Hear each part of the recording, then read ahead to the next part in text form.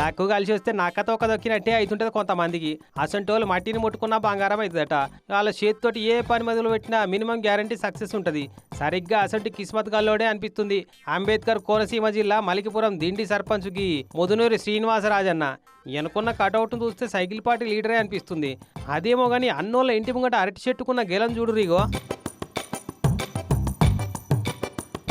ఓయమ్మ చూస్తేందుకు దండ లెక్కనే అవపడుతుంది కానీ దండ కాదు, అరటిగేలే.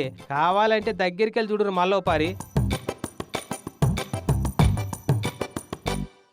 11 అడుగుల పొడుగు పెరిగిన ఈ గెలకు 250 హస్తాలు పడ్డాయట. ఇప్పటికే అటు ఇటు 2300 కాయలున్నాయట. ఇంకో 2 ఫీట్లు పెరిగే ఛాన్స్ కూడా ఉందట.